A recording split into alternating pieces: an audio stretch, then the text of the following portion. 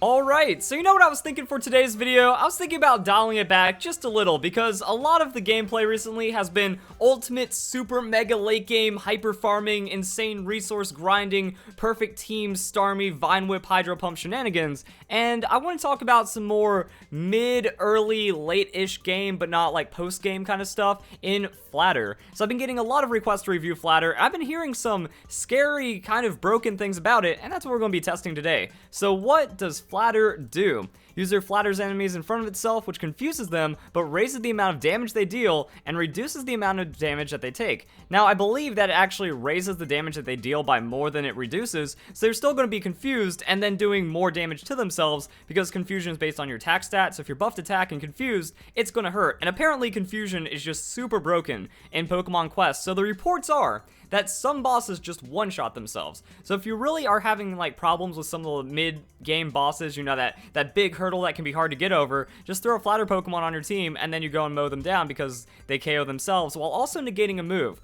which is really powerful. So we're going to talk about some of the more premier Flatter Pokemon. I've been seeing Nidorina, because like you get a Nidoran early on, or you just like evolve into Nidorina, and then you have quick access to the Flatter, eventually Nidoqueen, and then you're going to be doing really well through a large portion of the game. But then people have also been praising Hypno, because it also gets taunt. Now, another thing I want to test.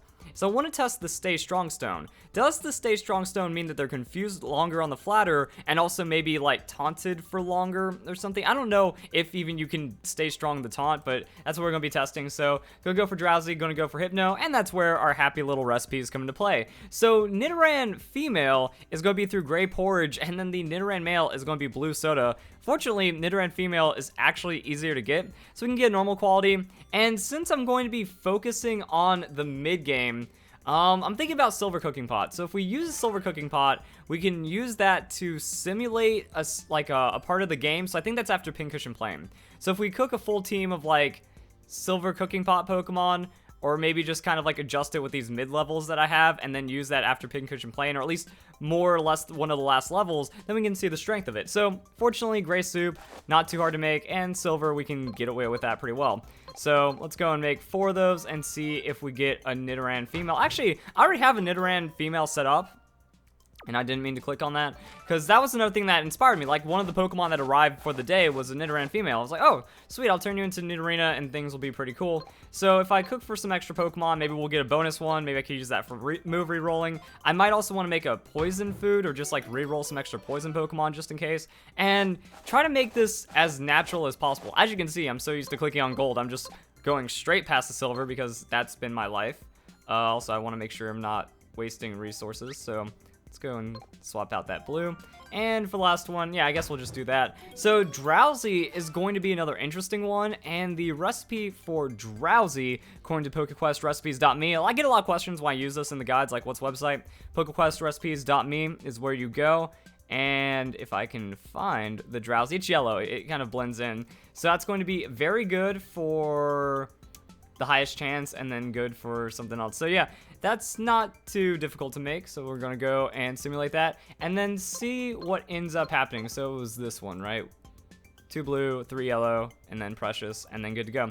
Now, I think it's just like Nidoran. Oh, that's, well, I guess I can use like a high level Pokemon to buff it up. Yeah, I didn't mean to do that. It's going to take a couple of turns. If we check the edit team, we can maybe just go for the Flatter right now on one of the Nidoran, and then maybe test it like that, because that's the thing. And then while we're testing it, we're going to be cooking some other things, which are going to give us better tests in the future. It's kind of hard when you haven't built your entire team for all of this stuff. And what is this Nidoran now? Again, ideally, we're going to want 1 move slot, maybe? I don't know with the Flatter. And this actually looks pretty good because we have 5 health slots. So we can get health, tanky, and then stats. And I think we're kind of set up. And that's focus energy, not Flatter. I don't know what Flatter looks like, but it's a dark type move. So I guess it's going to be darker looking. Like or it's going to have like that purplish gray color. Or no, it's not gray. It's like a deep, I don't know. It's an interesting color because I remember seeing it on Crunch. All right, so can we get lucky on these move rerolls? If we don't, you know, we can like reroll. Oh no, that's leveling. If we don't get lucky, we can use like other poison type Pokemon stuff. So how much does like just basic 1 Pokemon do? Oh, 45. Nice. So we're gonna go throw 2 of these guys in here and see what happens. And I'll be back when we get the Flatter, hopefully. Oh, that was the first one I did. Thank you, game. Now, we're not going to have bingo bonuses, so fortunately that doesn't matter too much. Our level 49 Nidoran is actually still in a really good place, so I think we're kind of set right here. The only thing we need to do is get stuff that can simulate it. So I'm going to check out my Let's Play, or not, yeah, like my other episodes of Let's Play, and then see where I was around this stage of the game.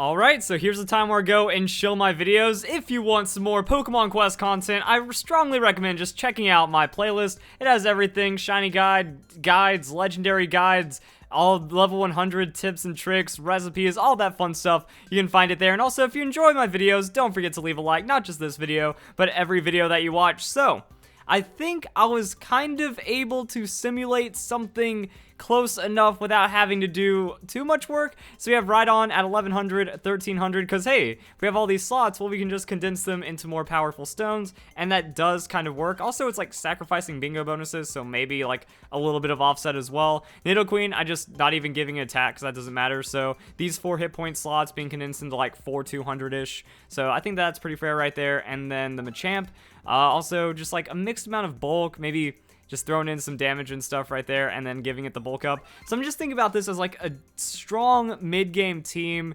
and trying to relate it to what I had right here, because this was Miasma 7.5. So if we take this team to the Miasma boss, we should be good to go, which means I'm kind of wasting on the silver and normal cooking right now, because we were effectively good to go and just set. So yeah, that's going to be 7.6. Big power spike, so that could work in our favor.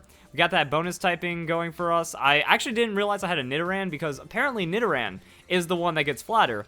So because of that, like, yeah, get the Nidoran, teach it Flatter immediately. Very good odds right there. I thought a Nidorina, but I didn't. And then you just evolve it and you're good to go. So everything seems relatively close to what I had, which means I think we're good to go. Question marks. It's going to be interesting. And then I'm going to be testing a couple of different things on the Flatter. Like, the idea is we just need to make it to the boss and then use Flatter on it and then see what happens. Man, it's so different, like, being slow and having all the setup. And then the biggest thing is not having hit healing. So that's where this game starts to get a little rickety, because I'm just kind of saying we got off Pincushion, or yeah, we're getting off Pincushion Plain. You don't start seeing it until World 7 on the hit healing, which is why the game, like, feels easier once you get over that hurdle. Let's see if this Weezing hits itself in Confusion. How much damage are you going to do, buddy? Oh, you're confused. And, pop. Done. Just like that. So that was an 8,000 self-damage. I don't remember the final boss of Miasma more, but this is going to take a little bit of time. We're just going to kind of make our way over there, because Execute uses, like, Explosion. Yep, I tried to run away, and Machamp didn't care, but he tanked it because bulk up. But now I don't get that health back. So it's weird going back to early stages of the game. I'm just going to skip to the boss if we make it that far. We should. Like, we're looking strong. We got damage, and we got some fun stuff. Alright, so now we're at the boss. I just want to get, like, Nidoqueen in front, and then not worrying about anything else except using Flatter, and then seeing what it does to Scyther. Like, if it's worth having bulk up, plus a damage Pokemon, plus something like this. Nidoqueen, well, I was about to say, can you go over there? I have one Stay Strong Stone, and I want to see what it does. I'm going to use bulk up just so I can, like, survive more. But that Flatter didn't work. So I guess that you need, like, maybe an extra range Pokemon. That way you have the better chance of lining up the Flatter. But there we go. There we go, Scyther.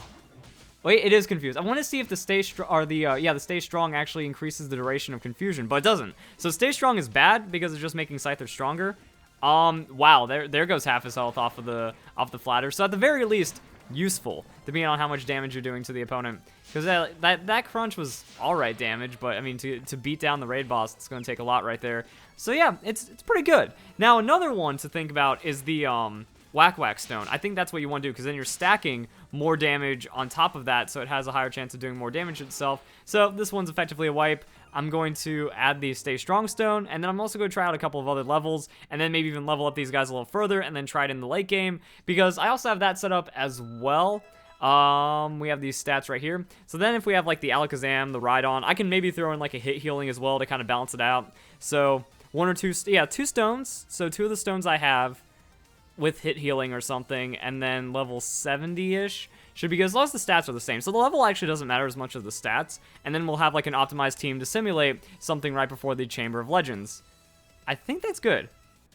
Okay, so Nidoqueen got poisoned, which is really bad, but maybe we'll get through it. And then I gave it 2 Whack Stones, so we're going to see how much that works on the stats. And then all Nidoqueen has to do is get in on Pinsir, And I think I'm okay with getting away with some crunches. Like, that's the reason why we did so bad, is because Rhydon just straight up wasn't doing anything on purpose, so I wouldn't accidentally one-shot the boss. Come on. Come on, Nidoqueen, get in there. All right, that should be a good time to use Flatter. So that's one. Can I get the second? The second one's going to miss. All right, Pinsir. Show us what you got. Please. Please. Oh, my goodness. Wow. Oh, my goodness. Wow.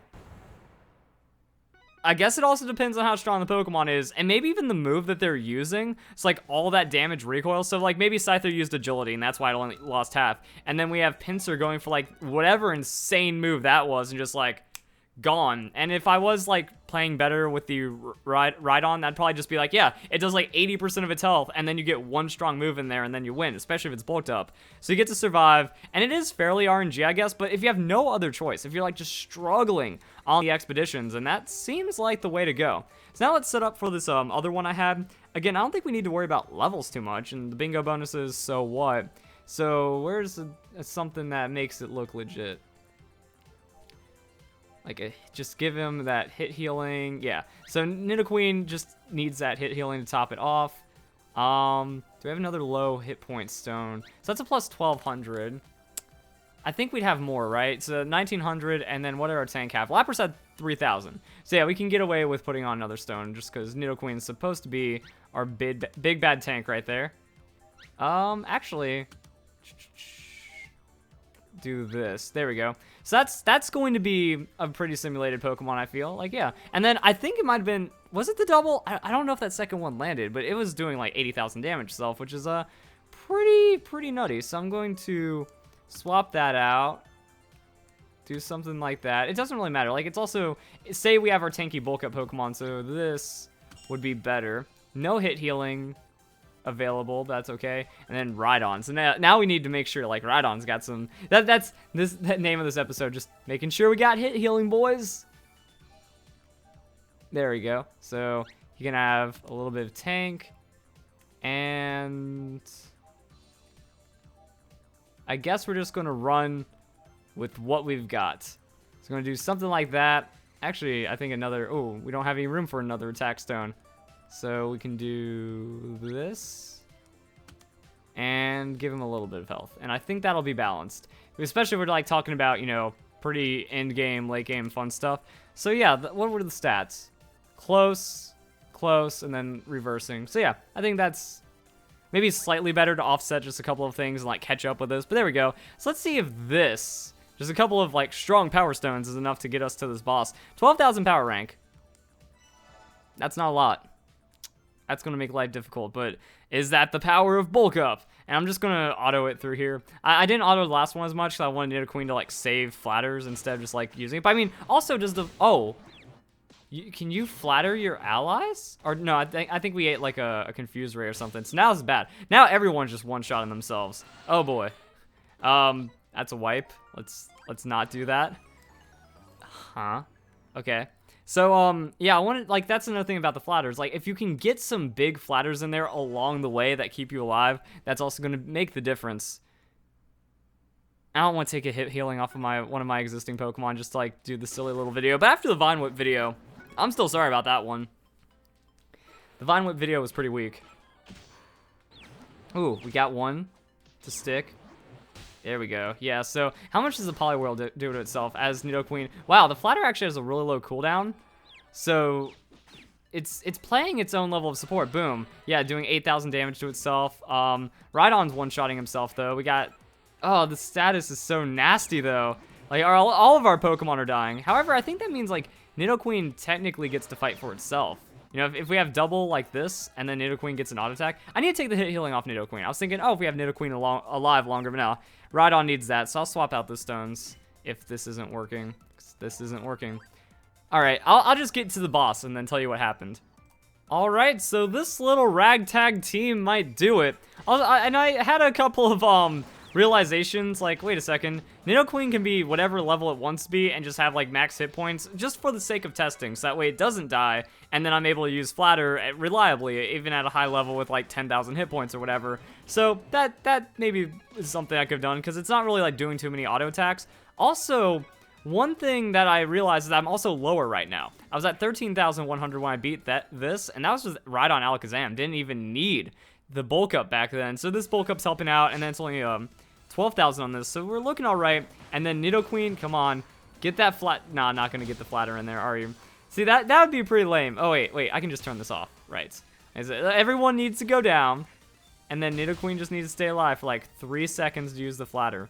I think Nidoqueen's ranged. Wait a second. I thought Nidoqueen was melee. Is it ranged? I see it shooting out little projectiles. Is that why you use Nidorina over the Nidoqueen? Also, I should be at least spamming bulk up for the defenses. Come on. Well, now it doesn't really count because it's getting auto attack down. Oh, yeah. I think Nidorina's melee, and that's how you're going to get the reliability of this. Come on. There it is. There you are. There you go. All right, Gyarados, you're just going to get one shot. Definitely getting one shot from there. Yeah. Wow. Wow. 165,000 damage. All right, class. So what did we learn today? First off, Flatter is as broken as people say. That I believe in the boss one-shots, and if it just works. So what I've been also seeing is that you need some AoE to help get through the like clusters of Pokemon stuff. Also, I'm going to turn on the bulk up. Or not turn on bulk up, turn on auto so we can actually make it. I just want to see, you know, the Mew one-shot at the end of the day, or just see how much damage it does right there. And that's going to kind of be it. Unfortunately, we are running the Machop instead of like the Mewtwo or the Machamp, so a bit more frail, a bit more risky. Like, we don't have a full team. I did get Nidoqueen up to like level 80, and it does have all of the health stones unlocked, so that's like 5,000-6,000 health, so I'm expecting we can get to the boss. Like, just because Hydro Pump and Bulk Up is that broken, so we should be fine in the end. And then the entire Nidoran evolutionary line, or at least the Nidoran female evolutionary line, is going to be ranged. So evolving it, not evolving it, there's not really too much of a benefit or non-benefit right there. Ooh, that was a scary looking hit, but it really didn't matter too much. Still waiting on the Flatter to do things. Yep, we're just going to get to the boss. But, I mean, it worked, guys. We were able to just beat the final boss with an actually well powered team. We had what, 60% of the requirement for that one? That's pretty good. And then imagine, like, the same for Mewtwo. I've been reading some Reddit posts and just like other people talk about like Mewtwo just two-shots himself. You can beat the Mewtwo boss off of almost Flatter. Actually, you can beat off Flatter alone with RNG. So the worst case, you know, if you're stuck and you're at Mewtwo, just make it. Just get a silver cooking pot Nidoran and then Flatter Mewtwo and then hope it works, and then eventually you're just gonna win. So that's it. Yeah, this is also going really well, so I can't wait to see it. All right, I was gonna cut ahead, but I don't think we need to, because like I just cut out like 10 seconds, especially with this Starmie. Come on, or maybe like where's that other Flatter in there? I don't know. I'm gonna turn it off because I just want to see the raw damage onto Mewtwo. We're paralyzed on Nidoqueen, so that's ironic that our move has a chance of not working. Oh man, we need to like everyone else to faint too, because Nidoqueen is way too safe back there. Yeah, we need, like, I don't know how Nidoqueen is going to get onto Mewtwo, or Mewtwo is going to get onto Nidoqueen. Could just happen. Maybe, I was gonna say, can we just like have Mewtwo run into it randomly maybe? Double Flatter doesn't happen. Bulk Up's too strong. My team's just good. Wait, what if I scatter and like reposition, maybe Mewtwo gets on us? Oh, there we go. So, advice, make sure you have the move off cooldown and use scatter, because then it just runs in. Did that land? Oh, it didn't land. I think I have to reset. Unfortunate. Yeah, I'm gonna finish this one for the stats, but yeah, then I'm gonna reset and try it again. So you scatter, you get on top of Mewtwo, then you flatter. Scatter, flatter combo, true combo. All right, round 2. Nidoqueen is a little low. This time we're going up against Mew. So Mew isn't as scary initially until like you get it super low. So yeah, we still have to kind of scatter. Scatter glitch is gone, so that's the thing. Now I just hope, yeah, Nidoqueen, please do it. Perfect. All right, now we just need to wait and see what happens. Insane damage. Oh wait. It got the move off successfully. Is it gonna? Oh wait, there it is. There's confusion. That was like 300,000 damage. Oh my Christ.